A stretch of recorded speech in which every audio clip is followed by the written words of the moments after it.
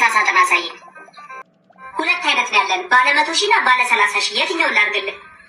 ለሬሳ ሳጥን ይሄን ያህል ልዩነት ምንድን ነው እንዴ? ቀላል ልዩነት አለው። ባለ 30,000 አሁን ይቆረቁራል፣ ምንም ምቾት የለውም። በዛ ላይ ጨለማ ነው ምንም ነው ማይሆን እንዴ። ቆይ አንተ በምን አወቅ እንደሚቆረቁር ምቾት እንደሌለው ምናምን? ያው ከወሰዱት ደንበኞቻችን ምናምን አስተያየት እንቀበላለን። እንደዚህ አይነት አሰራር ነው ያለን። ማለት ከሞቱ ሰዎች ነው አስተያየት ምናምን የምትቀበል? መቼስ በህይወት ያለ ሰው ሬሳ ሳጥን ውስጥ አይገባም አይደለ? ቆይ እሺ የ100,000 ውስጥ ምንድን ነው ልዩነቱ? በስመ አብ እሱ አይወራ። ይኸውልህ ቅዳሜና እሑድ ሁሌ ጊዜ በየሳምንቱ ቴዲ አፍሮና ዳዊት ጽጌ ፐርፎርም ያደርጋሉ። ኮንሰርት ለሟች ለብቻው ያዘጋጁለታል። እሱ ነው የገረመህ አንተ? ይሄ ነው የገረመህ?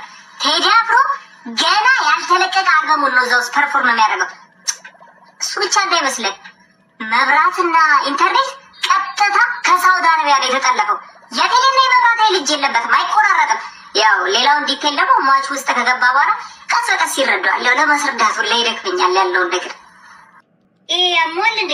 ምንድን ነው የምቀባጠረው? ሰውዬ አላመንከኝም? በቃ ቅዳሜ ወይ እሑድ ናና ውስጥ ገብተህ ቼክ አድርግ። ይኸው ኮንሰርቱ ቅዳሜና እሑድ ስለሆነ ብዬ